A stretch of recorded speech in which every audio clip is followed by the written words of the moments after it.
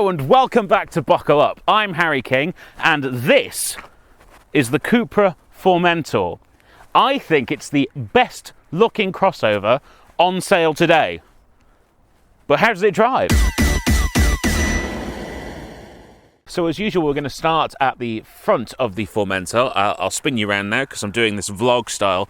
So you'll see we've got some very, very large grills indeed. These are actually real though, as are these vents at the side to relieve the air pressure round the front wheels. You've got these cool fog lights that are built in, and then this sort of heavy brow over the front light, so that it's actually sort of inset. Which makes it look very, very aggressive. You've got the new Cupra logo as well, of course, and a big, big square flat bonnet that really stretches out in front of the car, and it gives you an almost a cab back feel like you would expect from a sports coupe. You've got these very lovely alloy wheels with Bridgestone Terenzas on them. Very nice indeed. And you might have noticed all down the car, all around the car, you've got this two-tone thing going on, which Cupra claim is to make it reminiscent of an off-road vehicle, like, I guess, an Isuzu Trooper from the 90s or a Suzuki Jimny or something, but that's the idea behind this whole two-tone thing. It's there on the wing mirrors as well. You've got some roof bars because, of course, this is a crossover, so it must have that practicality.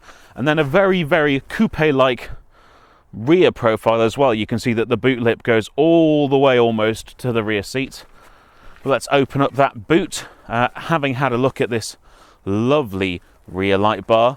Quad exhausts down here, very sporty. You've got that two-tone and a sort of splittery thing going on. And the Cupra badge again. You'll see this one is a VZ. So I'll pop open the boot. And in here, we have 420 litres of space, which is good. It's more than you get in a Golf, for example. If you get one of the front-wheel drive models, you get 30 extra litres, up to 450 litres. But it's worth mentioning that if you get a plug-in hybrid variant, it drops to under 400 litres of storage space to fit in all the hybrid gubbins. You can drop the rear seats from here, though. That's nice. So I'll pull that, look, and that drops down. And that drops down. I'll just move this parcel shelf. You can see there's now a nice large continuous load space. That's over 1,400 litres of space, and it's got a continuous load floor as well. So very, very practical. Good for all of your family and IKEA based needs. But how are the rear seats for those needs? Let's find out now. Okay, so here in the back there definitely is space for your standard 2.2 children. There's also enough space for me just about. My knees are against the back of the driver's seat. This is set in my driving position, but I do have enough headroom, even if I sit up really, really dead straight like I never would in real life. And there is plenty of width in the car. I've got space for my right arm here on the door. So, surprisingly spacious, actually. More spacious than a Golf would be, which this obviously shares an underpinning with. You've got two USB-Cs here in the back. You've also got a little readout for your temperature.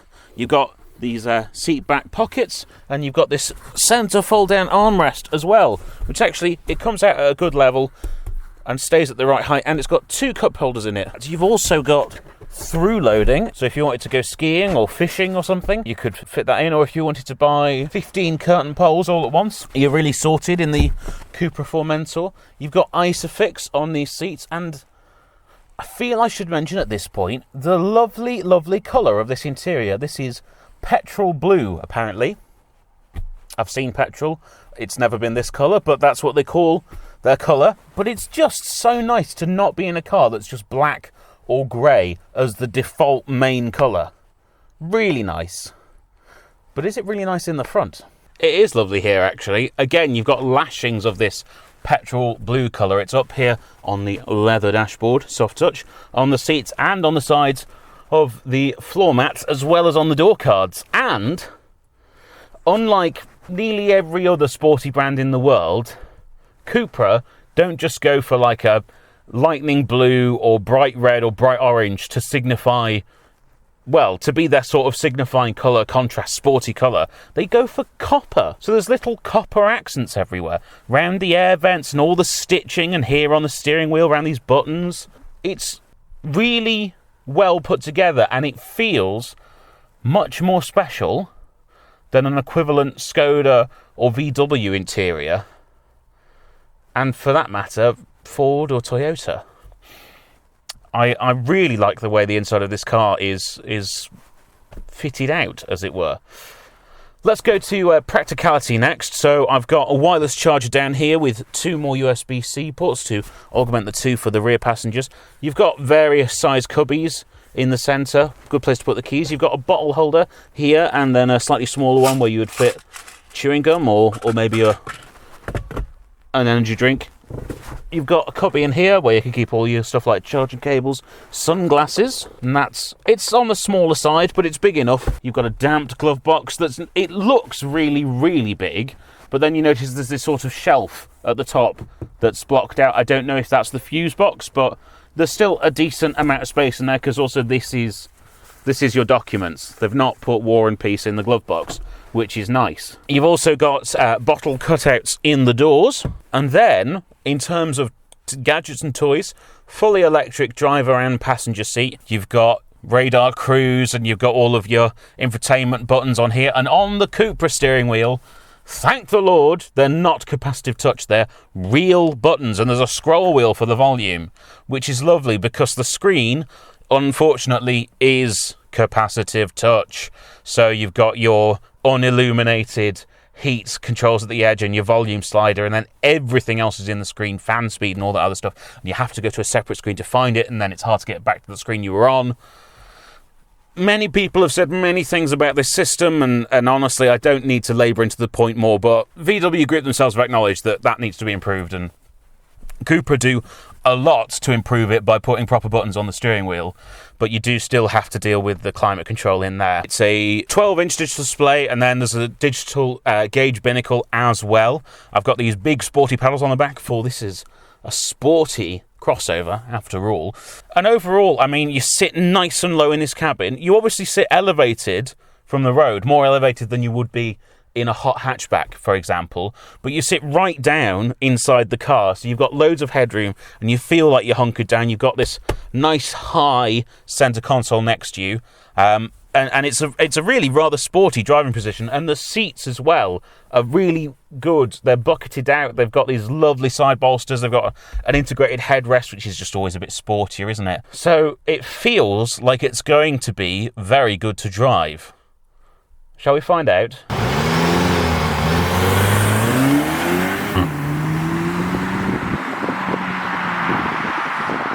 So, driving the Cupra Formentor. This is a VZ2 model, as I previously said, and it has the 310 PS engine with a DSG and all-wheel drive, 400 newton meters of torque, 0 to 62 in 4.9 seconds. There you go, there's the headline figures, that's what we're working with. So, pretty sporty vehicle. Underneath, shares a lot with the Golf R.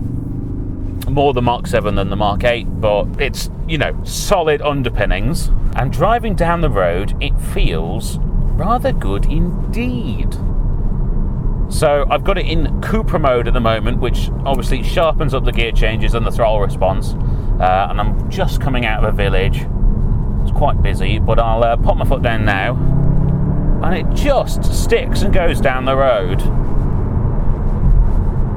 No bother at all, and you've got loads of grip because it's got the all-wheel drive system. You've also got these paddles, so if I want to intimidate the person in front of me, I can change down, and it's very, very fast because it's obviously a DSG system. Almost immediate response. This is by wire, not physical, which Cupra claims lets it be even faster still.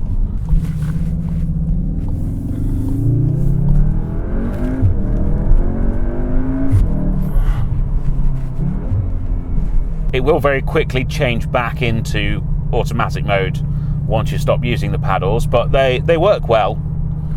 But I'll just go through some of the other driving modes. So we've got individual, which I haven't set up, but it means you can have aggressive throttle but relaxed dampers, whatever. Off-road, Don't know how many people are off-roading in their Cupra Formentors. Judging by the 19-inch rims, not many.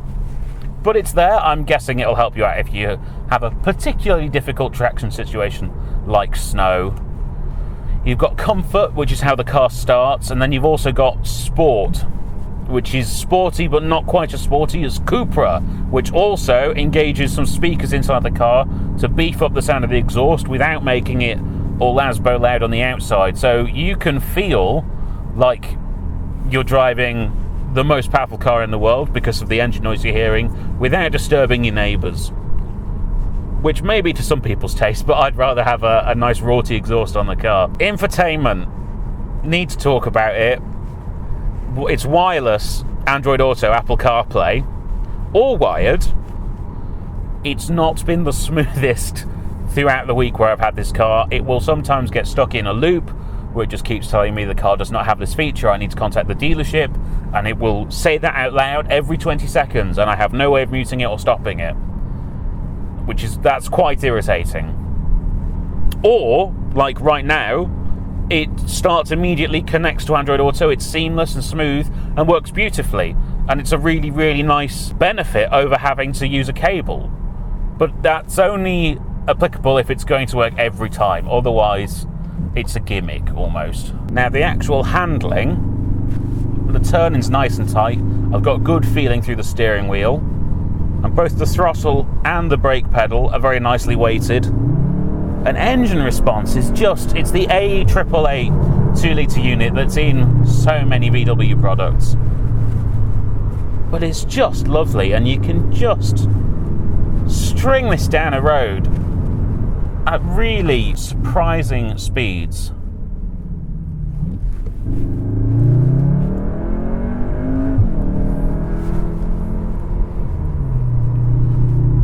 And it just eats up everything. It's a do-it-all car. It's like a Golf R. It doesn't just share its underpinnings, it seems to share its kind of approach to motoring. You can just do whatever you want, and it'll absolutely just stick by your side and help you out. Here we go. I like this piece of road here. I'll tip it into a corner.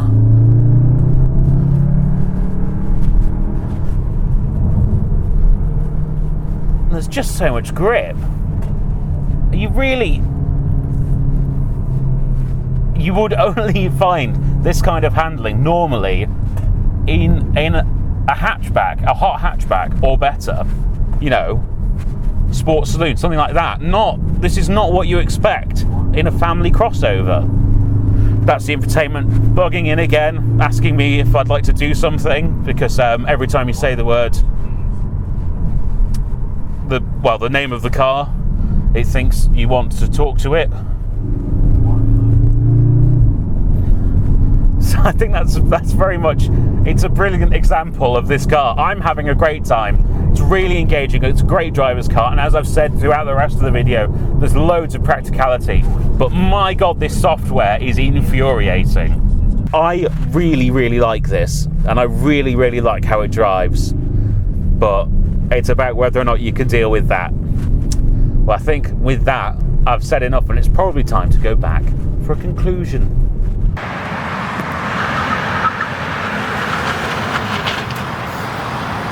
Right then, what do I think? Well, other than the infotainment, this is a fantastic car, and I think it honestly will give a hot hatchback a run for its money dynamically.